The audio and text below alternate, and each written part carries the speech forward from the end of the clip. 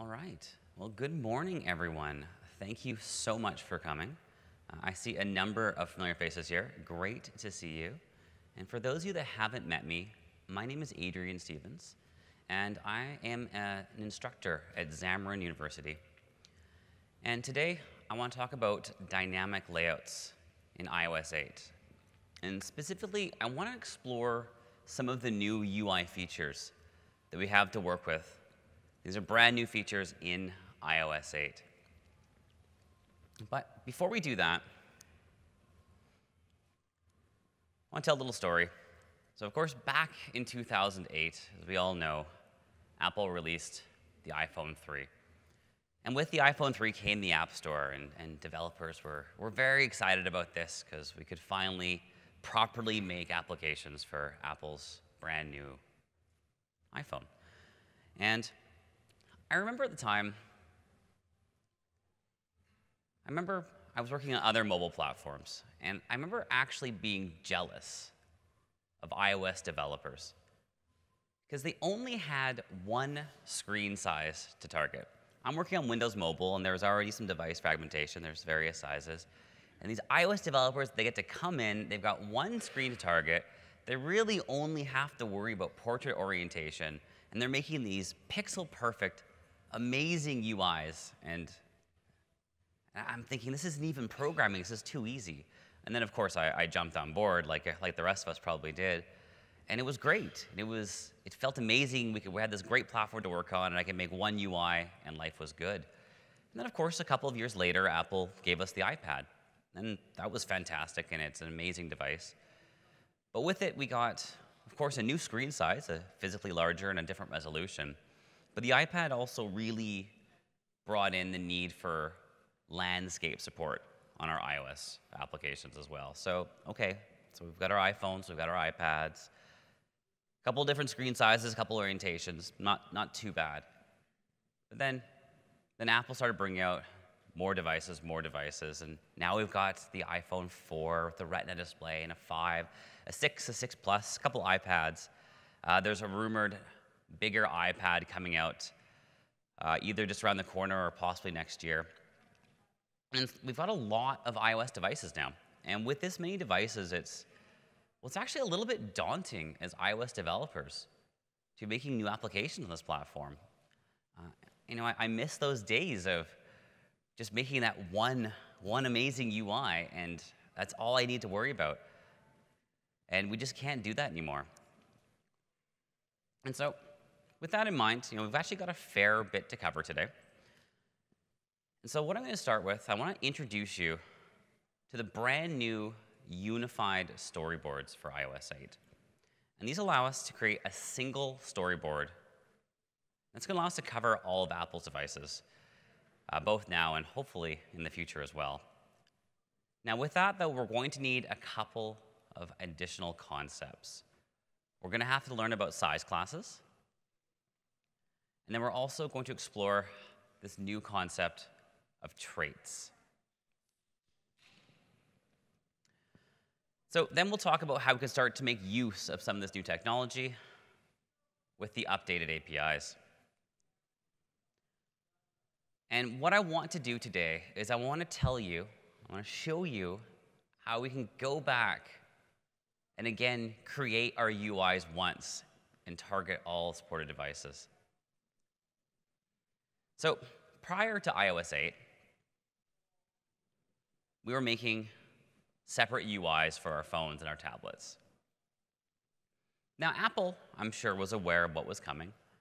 And so a couple of years ago, back in 2012, Apple ported their AutoLayout system from macOS to iOS. And this is a constraint-based layout system. And what this did is allowed us to create our UIs by using positional relationships between UI elements as opposed to just creating pixel-aligned positions of our controls. But let's imagine now that we're building a universal application in iOS 7. So hopefully we're using auto layouts, we're using constraints, so we've got a nice dynamically scaled UI, our controls are aligning to each other, that's pretty great. But we'll use storyboards. And so we create a storyboard for our iPhone. And then we need to go ahead and make a second storyboard for our iPad. And we need to set up our view controllers. We need to create our outlets again. And so simply put, we're duplicating work. We're really doing this UI twice. Now, auto layouts are great, and I'm a big fan of auto layouts, and I hope you are. But they weren't enough to allow us to target every device with a single UI. We're missing a piece. And that's where the unified storyboards come in. That's really our final piece of that puzzle. And they're going to allow us to create truly flexible UIs. And so with that unified storyboard, again, we're going to create one storyboard for our applications. We're going to use auto layouts and constraints to manage the differences between the devices. So I should tell you how this is going to work. So we're going to create our UI. And when we do that, we've always been interested in a couple of factors. So we're always thinking, okay, well, what device are we on? And we think of that as the device ADM. Okay, are we on a phone? Are we on a tablet? And we're also concerned about the orientation. Of course, is it upright? Is it portrait? Or is it sideways? Are we in landscape? And as developers, we've thought about this quite a bit. And we need these pieces of information because these are real-world factors, right? This is what we design our layout against. But that's not really the question we should be asking. It's not necessarily what we should be thinking about. Because what we really want to know is, how much space do I have? How much physical space do I have to lay out and draw my UI? And that's the question I want you to be asking yourself when you're creating your UIs, thinking about UI design, moving forward with iOS 8.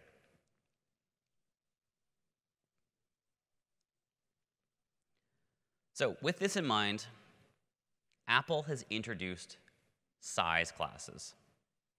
And I'm going to read to you a blurb right from Apple's documentation for Xcode 6. And so size classes for iOS 8 enable designing a single universal storyboard with customized layouts for both iPhone and iPad. And so with these size classes, we define common views and constraints once. And then we add variations for each supported form factor. And that's pretty exciting. And so with the size classes, that's really Apple's answer to the question of how can I easily work with so many different screen sizes? And so with our size classes, we now define our screen space in a known way without relying on the idioms or the orientation. Instead, we're going to let the operating system worry about these details. And we're going to have it tell us in higher level terms what we can draw to. So it is important to note, if you're coming from an iOS developer background, we're not going to rely on UI interface orientation and UI user interface idiom anymore. These are deprecated, and we're not going to use these anymore going forward for iOS 8 and up. So what is a size class? And so simply put, a size class is just a way of us defining widths and heights of our screens in a generalized way. And so I have here an image of an iPhone 5. And I just want to give you a quick comparison of pixels to size classes. Of course, we usually think of an iPhone 5 or a 5S as having 1,136 pixels vertically. Well, now we're going to think of that as a regular size class. And we're going to think of the width as a compact size class. Now, before I go any further, I want you to pause just for a moment. So I want to make sure you understand when we would use this, because it's not necessarily always the answer. So of course, if you need to target older devices, if you need to go before iOS 8, well, unfortunately, this is iOS 8 and up only. And if you're looking to have very drastic UI changes between an iPhone and an iPad, well, then you'll still go back, you'll still make multiple storyboards, you develop your UI the way you have all along. However, most applications are going to have a lot of common UI elements, and you're probably going to want to be reusing these pieces, have a very similar UI feel between most, if not all, of your iOS devices. And if that's true for your application, then this is a fantastic solution for you. So we have two types of size classes in iOS 8. We have regular and we have compact. And so a regular size class, it denotes really a regular or a large amount of screen space. And this is what we think about when it comes to the iPad. So the iPad, of course, is physically large. It's a comfortable device. And I like to think of this as, how would I think about browsing a web page on a device? I have an iPad, it's a nice big screen, feels good. A web page fits nicely on an iPad. It's comfortable, that's regular. Then we have a compact size class. And this indicates a smaller amount of screen space, of course. And a great example of that would be an iPhone in a portrait, the width of an iPhone. This is compact, right? This is fairly restrictive. It's a bit narrow. It's not necessarily a bad experience, but that's because Apple's done some trickery. In terms of just comfortable viewing, it's very compact, and I imagine you can all see that and agree with that. So it's important to know every device in iOS 8 now is defined by a set of size classes. And you're going to have a size class for the vertical dimension, and the horizontal, so width and height. But these size classes are defined independent of one another. So we can have a device with a regular vertical size class, such as an iPhone, and a compact horizontal size class. Or the device could be regular in both dimensions, such as an iPad. So let's map these out. Let's look at these directly on some devices, see how this all comes together. So this is another diagram that comes directly from Apple's documentation. And it shows how the size classes and the dimensions come together, and how they apply to the iPhone and the iPad. Now, what's important about this here is presumably future devices are also going to fall into this pattern. We don't know yet where the iWatch falls in, but we do know there's more devices coming down the pipe. And even if we're not certain of that, we see that Apple has a history of bringing out new devices year after year, and so we'll probably see some additional variations in screen sizes and physical dimensions as well. All right, so I know this still isn't overly clear. So let's look at this on our devices themselves. So here we have our native size classes for our iPad. And I want to go back to web browsing, because this always makes sense to me. So I've got an iPad, and I'm holding it, and it's in portrait, so it's taller, it's in a tall orientation, and I can browse a web page very comfortably. I've got lots of height for content, I've got lots of width for content, the pages fit nicely, I'm not squinting, feels great. And so an iPad in portrait has a regular size class vertically and a regular size class horizontally. But what's less intuitive, it's a little bit different from other platforms we've worked on. Well, the iPad is also regular in both dimensions in landscape as well. And if you go back to that thought of browsing a web page, well, that kind of makes sense. It's very comfortable either way. It's got a nice big physical screen. It doesn't really matter if it's in portrait or landscape. It's regular regardless. All right, let's compare this now to the iPhone. So the iPhone, of course, is a little bit different. Now let's start with portrait. So again, I'm going to hold up my little device here. And so it's fairly obvious, of course, again, that horizontally it's compact. No one's going to argue with that.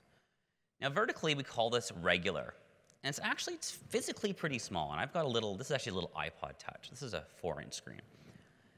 And it's not big vertically, but Apple accepts and expects that we scroll content, and that's a very natural thing to do. And so Apple defines the iPhone as a regular size class vertically because it's very, very easy for us to get to additional content. It's very natural, it's very intuitive. So even though the screen isn't enormous in portrait, it has a paradigm that allows us to get to that content, and it has a feel of a larger screen. So we consider that a regular size class. Now we go to landscape. Again, no one's going to argue. Up and down, this is pretty small. So it's compact height. It's a compact height size class. But it's also a compact width. And the reason for that is, in comparison to portrait, we don't typically scroll left and right on our iOS devices. And so it's a restrictive screen size, so we actually consider the iPhone in landscape as compact in both dimensions. The only exception to that, though, is the iPhone 6 Plus, and that screen is much larger. It's a 5.5-inch screen, and that now physically has enough space that Apple considers it a regular size class in the width while it's in landscape. And so I've just gone back to our original diagram, and I'm just going to fill in that last segment where our iPhone 6 Plus fits in.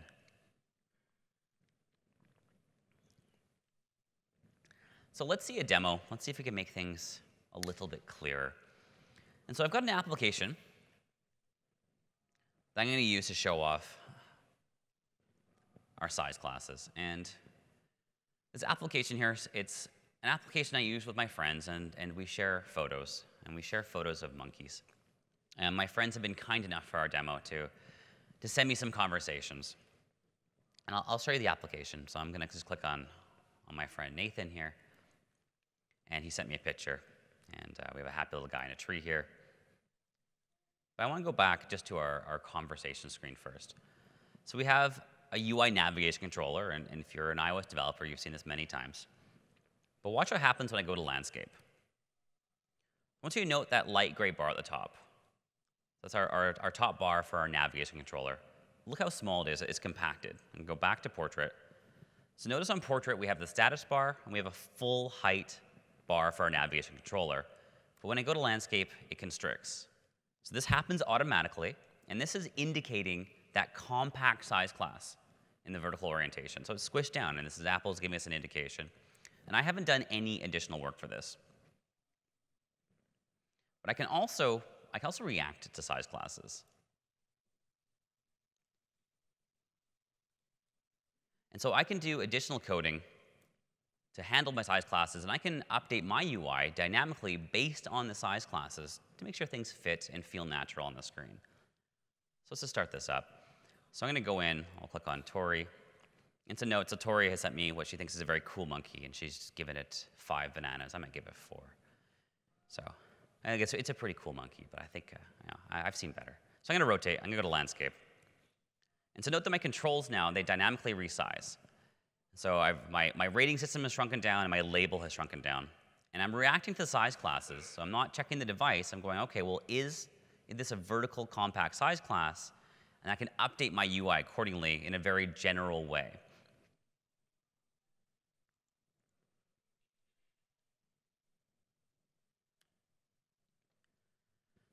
So then, of course, how are we going to use these size classes? And so to actually make use of these, we're going to need to learn another new concept. This is a new feature of iOS 8. We have this concept of traits.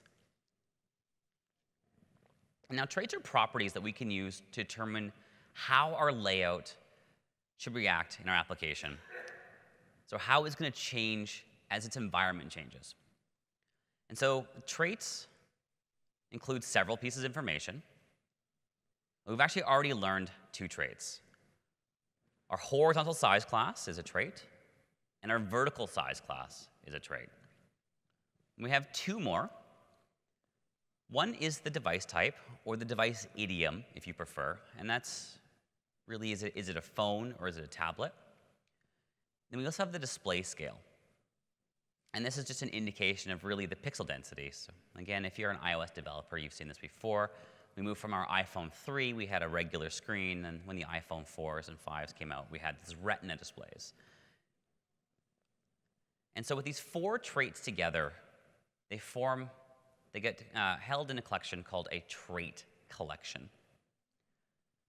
And so iOS uses the trait collection to actually decide how to lay out our UI. And so in addition, we can use these trait collections to also help us automatically manage our images. I'll talk more about that later, but it's going to make it a lot easier for us to react to various size classes and different device types. So how does this translate to the UI? Okay, so the OS is going to maintain a trait collection for each UI component that makes up our scene. And this actually starts at UI screen. And as developers, we don't often think much about UI screen. And it gets passed down to the UI window. And again, we don't spend a lot of time working on these classes. But of course, the view controller. View controller, we do spend a lot of time on it. And so the view controller is going to have its trait collection, and it's going to pass it on down to its actual views. And so trait collections are combined from parent to child. And so at the end, when we get down to our UI views, we have what we call a fully qualified trait collection with all the values that we need to determine what our final UI should look like. And we also have new overrides on the view and the view controller. It's going to allow us to interact with this process. And so these allow us to change the decisions that are applied. And so therefore, react to the size classes, to the traits, and change the UI based on some details in our code. So we can get the current trait collection, iOS 8, from a trait environment. And so a trait environment is just those items we talked about earlier, so our UI view controller, or our UI views. And they have a trait collection property. And the trait collection property is going to allow us to access and compare the individual traits within that trait collection. And this is one technique that we can use to customize our UI. And we can also use these new traits to compare them using a UI trait collection and passing it into another UI trait collection. So before I go back to the code, before back to demo, I want to tell you about another new feature in iOS 8. This is the split view controller. So how many of you have used the UI split view controller? All right, a few of you. Excellent. So the split view controller was brought in for iPad development, and it's meant for master detail type navigation. And so we'll have some sort of list usually on the left-hand side, and then a detail pane on the right, and of course that detail pane will be updated as we navigate through.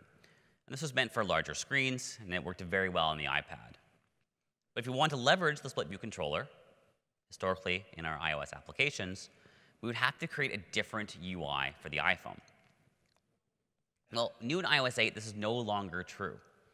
And actually, the application I just showed you is using a split view controller. But on iOS 8, on the iPhone, it collapses the split view controller down and gives us our standard stack navigation in our UI navigation controller. And again, this all happens automatically. But we can react to our size classes, and we can override this behavior and make the split view controller show up on an iPhone. So let's take a look at that.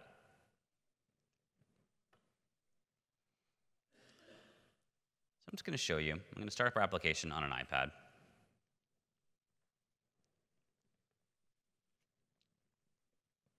This is the exact same code, and here we see our master detail relationship. I can rotate the screen, of course, just as we expect. That maintains. And if I switch back to our iPhone,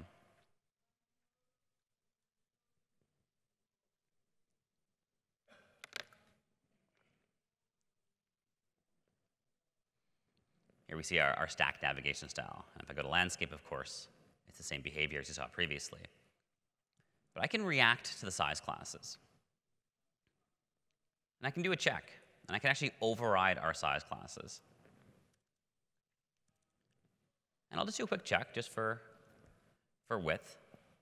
And so if we're on any device that's wider than a certain number of pixels, I'm going to force the size class to be regular.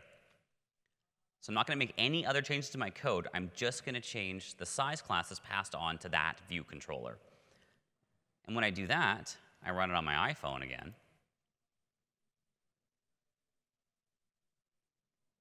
So nothing's changed in portrait. But when I change the landscape, we now get that master detail behavior. And again, we see that dynamically updates our detail pane. And again, no code changes, just reacting to the size classes.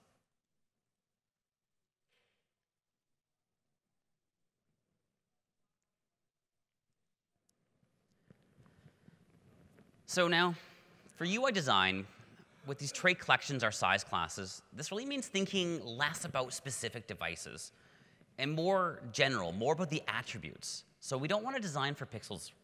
We don't want to be designing for pixel sizes. This is traditionally how we've done it in iOS. And it's just not going to be practical anymore. There's too many devices. There's too many screen sizes. So the goal should be to think about designing in a general sense now. And so if you can make one UI that works on everything, that's fantastic. But I would suggest breaking it down probably to four categories. Just think about a landscape iPhone, a portrait iPhone, a landscape tablet, a portrait tablet. And we'll do this all in one UI, but then we're going to customize it for these four general classes, these four general styles. And then we're going to use constraints and auto layouts to adjust for any differences in physical screen space. So to enable this type of design, Xamarin's updated the iOS designer to support size classes. However, it needs to be explicitly enabled in the toolbar. And I want you to keep in mind, once you enable this feature, this is going to require iOS 8. It's not going to support older devices, and it does also require Xcode 6. And you'll also want to make sure that your app is universal, and you only need one storyboard. So let's go back to Xamarin Studio and take a look at this. So I'm going to make a brand new solution.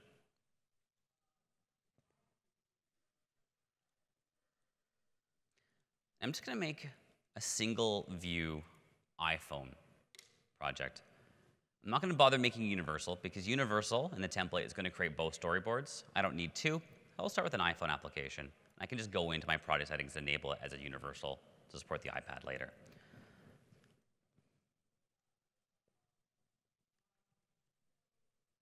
Let's just make this project now.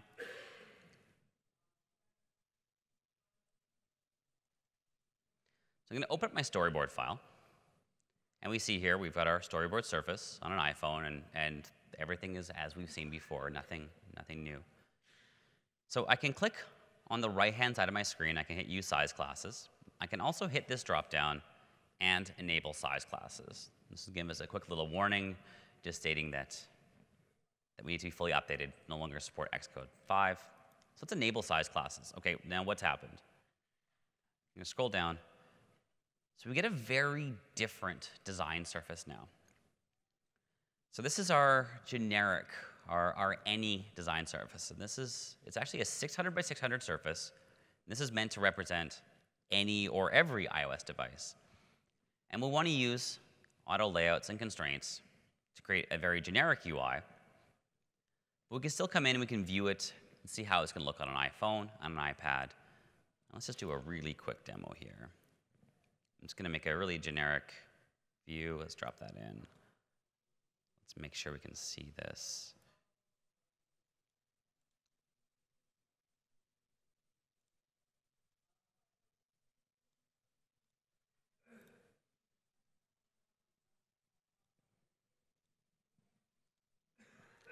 So it's going to enable constraints. So I'm going to make this dynamic, and then I'm just going to add one more constraint. So I'm just going to grab this constraint, and what I'm doing is I'm going to effectively dock this to the right-hand side of the screen. If you're new to auto layouts and constraints, it's definitely worth your time to explore this further. What I have now is I've docked my control to the right-hand side, to the top, and to the left. And so it's going to try and maintain that relationship with its view controller. I'm just going to check my constraints. So I think we've got too many. If you look down here, I've actually got a width constraint, but I don't need this one anymore. I don't want to set a width constraint. I want to have it docked to the left and right-hand side. I'm just going to delete this. And if you notice here, I actually still have a height constraint. So I've got a fixed height, but it's going to position itself to the top of the screen. And so now I can change my view, and I can see what this is going to look like on an iPhone. This is going to squish in, and that's going to react very nicely. And I can set this over to iPad. And the same thing, and we can do some additional controls here. Let's go back to our generic. So that's all nice and well, but what I really want to show you here is our selector. So what we want to do with iOS 8 now is we want to create our UI in the most general way we can. But we can still come in and customize our UI for individual size classes. And so Apple has our selector. And if I select the middle large square, I've set to any width and any height, and this is our most general setting. Let's imagine I want to customize for an iPhone in portrait. I move to the left, and now I've set this to compact width, any height, or I can be even more specific that it's a compact width, regular height. And I can do things like adjust fonts, I can hide controls, and so I can do further customization as I need to, but we're going to try and rely on that very generalized UI and then just tweak it for the individual types and orientations as we see fit.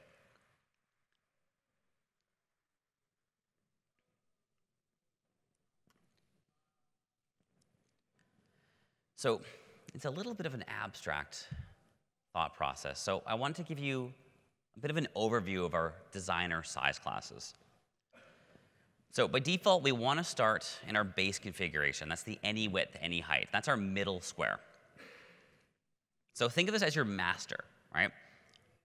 So you want to set up as much as you possibly can on that generic any.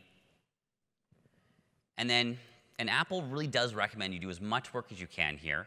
And we do that simply because it means less work for us. It means less customization. And then again, we're going to go select various quadrants, and we can customize based on those settings. And so we can see these slides here. If we go to the lower right-hand corner, that's the regular width, regular height, or our iPad, as it currently set. We can go to our compact width, compact height in our upper left-hand corner, and that's actually for our iPhones in landscape, if you recall. And so this does give us a lot of flexibility while working on a common storyboard. Now, I can't mention new UI features in iOS 8 without mentioning our new screen scale. So of course, when Apple brought out the iPhone 4, we had this new high-res screen. I'm sure everyone's familiar with the term Retina. And the Retina simply means that there's twice the resolution in both the X and Y, or width and height. And when we added assets to our iOS projects, when the iPhone 4 came out, rather than redesigning our UI for a high-res screen, we left our UI design exactly the same, but we added high-resolution assets. And we just tagged them with this @2x naming convention. And we would include duplicate assets. We'd have non-Retina and Retina assets. And so now with the iPhone 6 Plus, we have a third screen scale. And we denote that with the @3x. And so you can see here on our screen, if we're adding an icon, for example, we just have a regular icon PNG, then an @2x version, and an @3x version. And what's, of course, important to note is that we can add these assets, and the system is going to load the correct version based on the device. We'll just put all three in, and then depending on which device we're running on, it will load the correct version. That just means that we're always making things look as sharp and as impressive as we possibly can. And this is very important for the new iPhone 6 Plus. We've got a lot of users that are loving these devices. You want to make sure that your applications look as amazing as they possibly can. Now, something else I want to talk about with images. So we used to just include our assets loosely in our projects. And this is fine. And so we would, like you saw on the previous slide, might have a file, and then we'd have an @2x version of that image, and now we'd have an @3x. And we can still do it this way. But a better way is to use asset catalogs.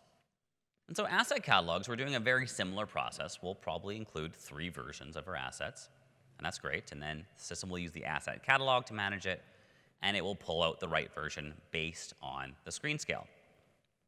But we can go one step further now, and we can include additional assets and additional images to react to other traits.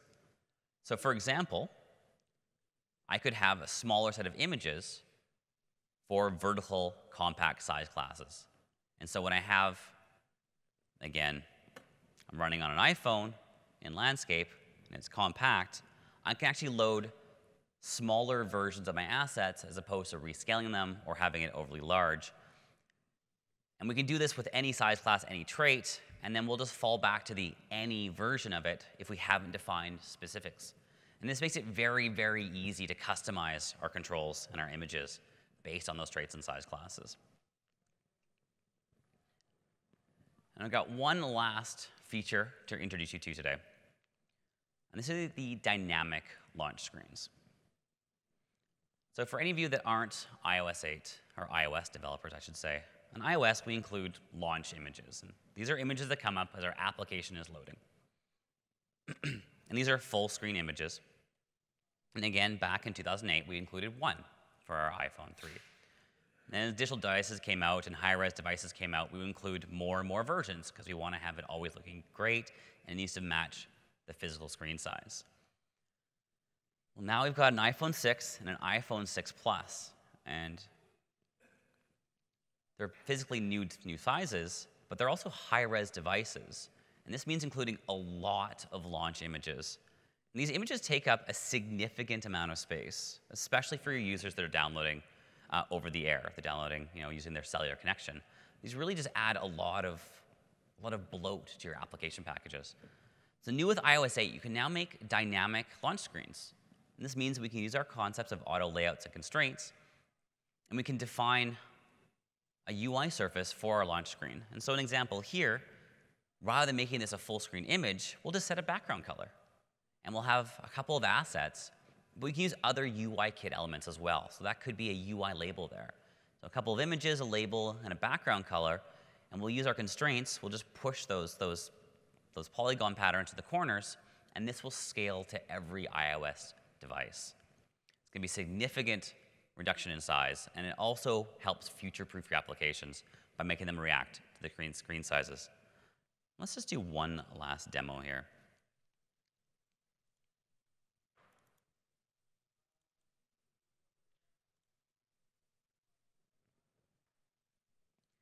So I have here a project that uses the dynamic launch screen. And currently, to create the dynamic launch screen, we do this in Xcode. And we create a zip or a nib file if you prefer. But we'll use all the same concepts we talked about. So we can use multiple versions of our assets to make sure they look sharp. We're loading the correct retina, they're at 3x. But we'll use constraints and auto layout to position those elements. Let me start that up on an iPad.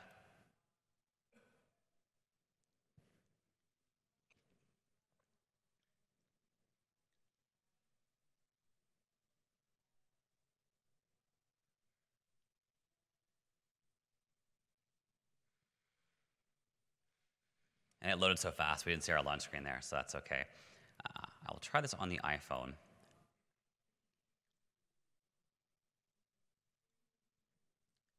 And hopefully we get a glimpse of it. And as well, this application is set up. That's all right, so there is that pink screen. This code is available if you want to take a look at it yourself, of course. And then I can show you here as well. We've got a fully storyboarded universal storyboard application here, and it's fairly simple. We're using our concepts of auto layout constraints, and I can rotate. You can see here we're actually adding an additional UI element for our compact view, or simply put our iPhone in landscape. And you can see I go back, and this view automatically hides based on our settings in our storyboard designer.